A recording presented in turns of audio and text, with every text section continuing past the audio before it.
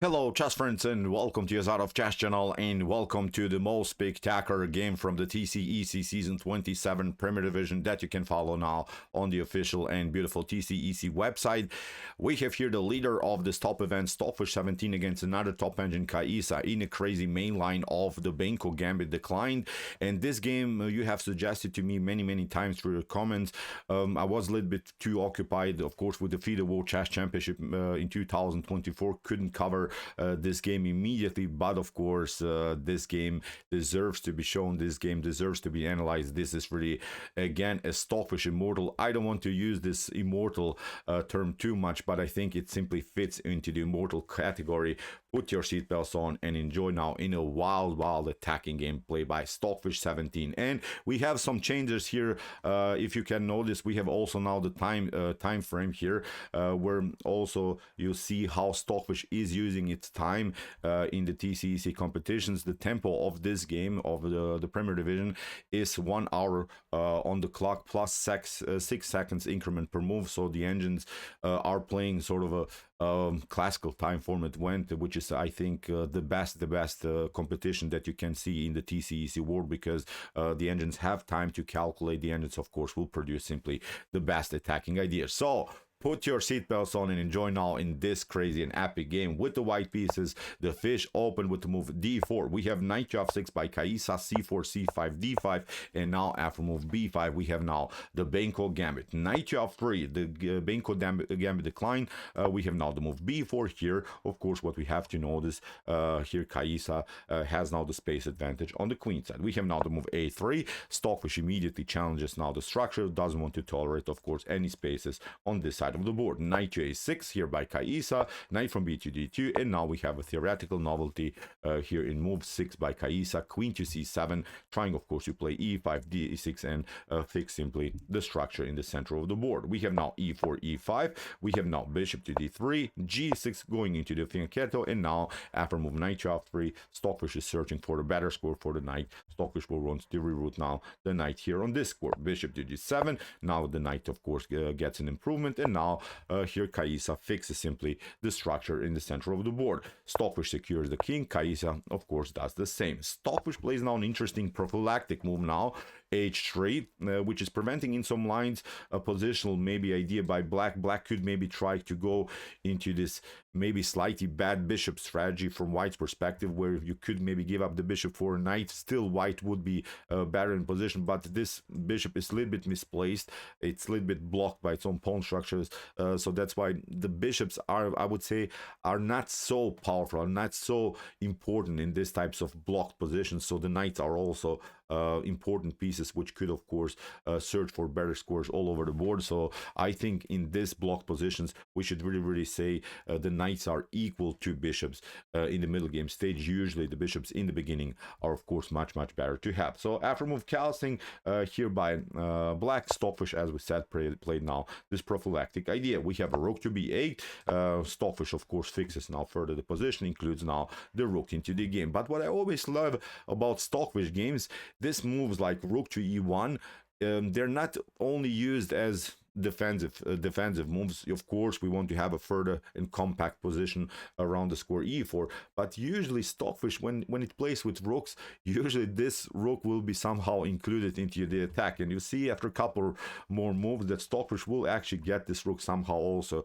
to the square e3 into the attack, which was really spectacular. So rook to e1, tiny little improvement, but of course in deeper analysis, this rook of course is becoming then afterwards really a great attacking piece. Rook to b6 here by Caissa, and now Stockfish gets now the last piece into the game, and now Stockfish has developed all of the minor pieces on natural squares. We have now queen to e7, and now bishop to c2, which is an interesting choice. In some lines, maybe if black goes with bishop to d7, then white would go for positional trades of pieces, because as we mentioned, when the bishop is here, then it's blocked by its own pawn structure in a maybe potential line. You could go here for trades of bishop, simply get rid of a bad piece and trade off for a great piece of blacks, because black's light square bishop is of course much more powerful. It has a clear path, it has a clear attack, so that's why one of the ideas of this move bishop to c2 is maybe later to also go into positional trade of pieces. After bishop to c2, Caissa simply took, and now Stockfish plays an interesting rook takes a3 instead of b takes a3, which makes in the beginning perfect sense, because first of all, what this move is doing instead of, I don't know, b takes a3 is that you create less pawn islands. You don't want to have pawn islands. You see, in this structure, black and white would then have two pawn islands, would have also this isolated pawns on the a file. So that's why rook to a3 makes perfect sense, and it's, I think, a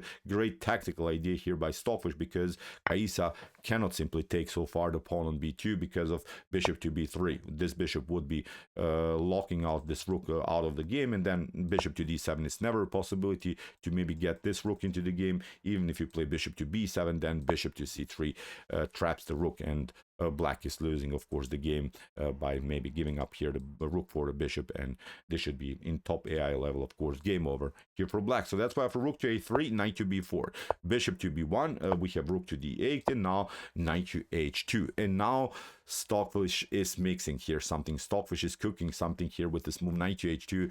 You see Stockfish is shuffling the pieces, is searching for better scores, is searching for a new activity. Rook to h6, and now a rook to f3. This is, I think, this brilliant, always signature great move by Stockfish, where Stockfish finds great activities. After rook to d7, now comes knight to g4, knight takes g4, h takes g4, and after rook to a1, here Caissa went very crazy with this rook all over the board, pinned now temporarily this bishop to the queen, and now Stockfish fixes further the structure with the move b3. And after queen to d8, Stockfish has now, I think, really nice activity, and from this point on, this becomes now really the Stockfish immortal. Stockfish goes here with an amazing attack with the move knight to f5 here. Really wild stuff. This is an epic attacking motif here. After g takes f5, Stockfish notices here that it has some great chances by maybe getting this rook, as we mentioned, with rook to e3, rook to g3, rook to h3, bishop to h6, including then the queen into the game. So Stockfish found now here really a beautiful attacking formation. Is now down a piece, but this bishop on c8 will not get into the game. This rook is a little bit misplaced. This knight on b4 is also, I would say, really far away from the action. It's not so well placed. It cannot be included into the defense. So I think it's a great piece sacrifice that Stockfish played now in the early stage of the game. We have now f6. Now comes rook to g3, queen to f8, and now the queen is coming, of course, in the most active way into the attack. Queen to f7. Of course, Stockfish doesn't want to trade off the pieces, is keeping now everything compact here, is now keeping the attacking flow. Queen to f8, bishop to c3, finally getting rid of this rook, which was very annoying to handle here on this first rank. Here Caissa retreated, but now bishop to b2, and this pawn is protected, of course, by the powerful rook on g3. Again, Caissa has to step back, and now rook to g4. Stockfish is searching for this opportunity. Rook to e3, and then rook to g3. Really wild attack. King to f7, now comes this idea. King to e8. Here Caissa is desperately trying to escape with the king towards the center of the board. And now, after rook from e to g3, it seems so maybe that black should hold on to this pawn on h7, maybe by playing the move h6. But this is not working. Even if you do this, then this idea is coming. Queen to h5 check. You're trying to trade off the pieces, and then queen to f7, rook to f7, and then rook to g7 is, of course, winning the game. Even after, I don't know, queen to h5, even if you try to escape with your king again without trading off the queens, then the queen is infiltrating here. The queen is coming now on the square h7. You're trying maybe to escape further, but now the position is collapsing in this sequence. You can also try here rook to g8. Look how crazy this attack is by Stockfish. This wasn't playing in the game, but I wanted to show you that it doesn't make sense really to play the move h6. After rook to h7, we pick up this one. This bishop is lined up here. This bishop is lined up here. You try maybe, I don't know, rook to b6, but now this one is coming. You cannot even play bishop to g7 because of rook to f7. Again, wins the piece here for white, so this is not working. After rook to b6, rook to g8 will be then played by white, and one of these pieces will be taken for sure in the next move. And again, I would say completely winning position here for white. So that's why after rook from e to g3, Caissa is trying still to escape with the king towards the queen side, and now Stockfish finally grabs the pawn. We have now bishop to h6. Stockfish keeps now again the pieces on the board. Rook to b6, and now queen to h5. Again with the threat of rook to g8, trapping the queen on the 8th rank. Bishop to g7 had to be played. Now comes this bishop into the game. Really great moves here by the fish. And now after rook to a6, now comes the stunning bishop to h6. This is the way to go. Stockfish sacrifices again a piece just in order to bring now the rook into the game. King to c7. We have now rook takes f8, and after bishop to f8, it seems so that black escaped here because black gained decent material for the lost queen. Black gained 2 minor pieces and a rook for the queen, which is in my opinion perfectly fine if this would be a different position. But look how really deep Stockfish calculations are, and Stockfish in this particular position was really low on clock. It had only 34 seconds on the clock, and now you have to find new attacking ideas. And now after rook to g8, Stockfish of course attacked the bishop. The bishop had to drop back, but now a very interesting change of direction here by Stockfish. I was expecting maybe Stockfish to build a battery or somehow here maybe on the I don't know, on the 8th rank, or maybe to keep some kind of an attack here on this side of the board. But queen to e2 was really huge surprise moment for me, because I really didn't understand what this move is doing. But this move is actually also protecting in a potential line this idea. So here Caissa would still have counterplay with rook to a1, so that's why Stockfish had to first play sort of a passive move. But I would not dare to say that Stockfish is in any occasions playing passive move. It's just a temporarily maybe defensive move, but then afterwards Stockfish will again get back into the attack. After queen to e2, bishop to d8, we have now queen to b2, we have rook to h7, and now Stockfish shows actually the plan of this idea, queen to b2, which is really just a crazy AI idea. I'm not sure how many humans would even consider this kind of a motif. After rook to h7, Stockfish continues now the pressure with an amazing f4. This is the way to go. Let's see what happens if you play e takes f4. If e takes f4 happens, then rook takes d8 is here winning the game for white. Then queen to f6, and it seems so that black still has many pieces that could defend the king, but now the rook gets attacked, and the main issue is that the rooks are actually disconnected all over the board. They're simply thrown all over the place, and now rook to d7, and now this pawn is rolling. You're trying, I don't know, to pin maybe here the piece on b1, but look how really deep against Stockfish calculations are. Then you play e5 and connect now here the queen to the bishop, and nothing can be done. You try maybe d takes e5, but now king to h2, you get out of this mess. And now in one moment I think black has to now give up the exchange here, rook queen to b1. But the issue is still, of course, black is good material when it comes to when we compare it to the queen, which should be enough, but this pawn that's rolling is simply too much to handle. The queen is coming here. We'll let this pawn roll. In one moment black will have, of course, to give up now the rook 4 pawn, and suddenly it will be game over here for black. So that's why for f4 you cannot take this pawn. That's the issue. That's the beautiful plan of this move, queen to b2, that Stockfish played in the first place. We have now bishop to e7 here by Caissa. Stockfish continues now with the attacking flow. g4, amazing stuff here by the fish. Bishop to d7, and now g5. F takes g5, but we don't want to pick up, of course, this one. Stockfish is creating here an attack.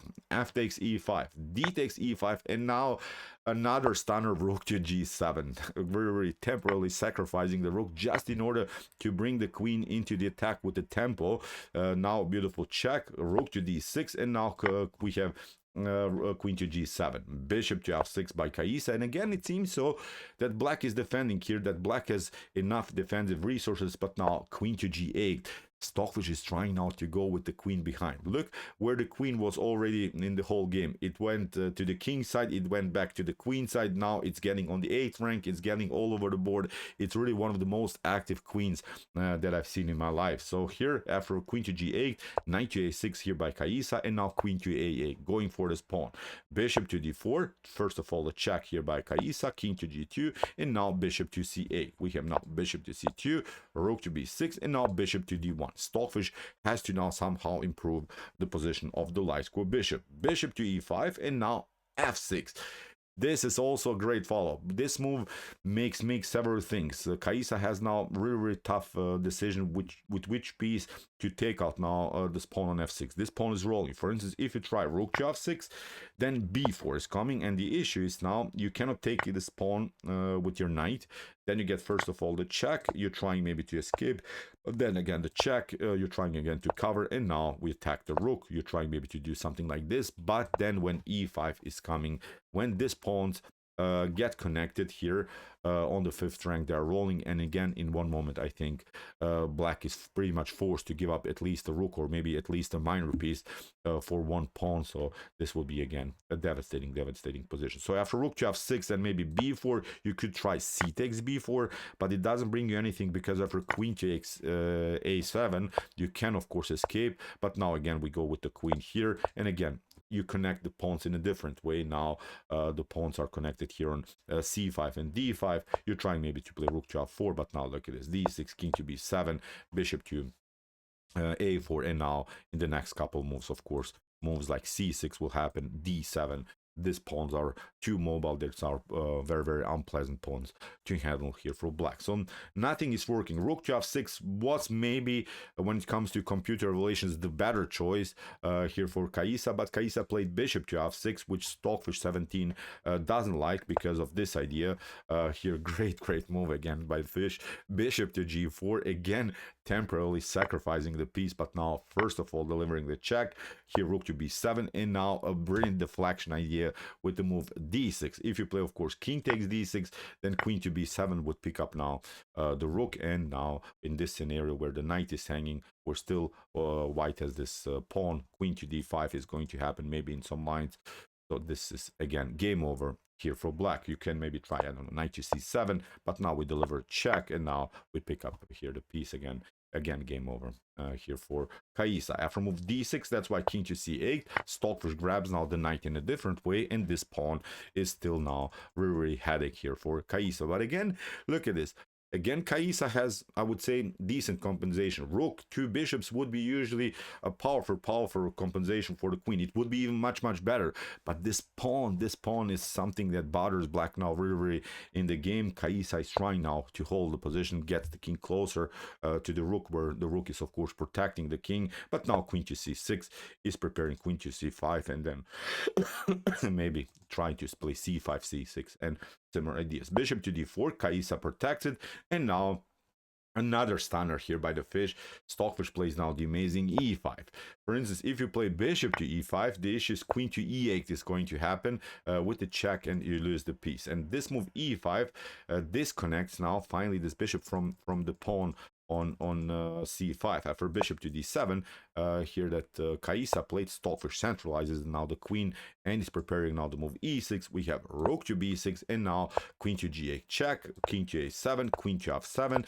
Here Caissa has to cover. Now again queen to d5 with the preparation to play the move e6, king to b6, and now finally e6. And what should you do here? A really crazy position. Caissa plays now the move bishop to c6, and it seems again so that Stockfish is losing here the sizing material, but now account e7 is simply winning the game, because even if you pick up the queen here on d5, then c takes d5 and nothing can be done because this rook has to now cover the 8th rank. But then look at this, d7 and e8 is going to happen. So again, black is losing the sizing material.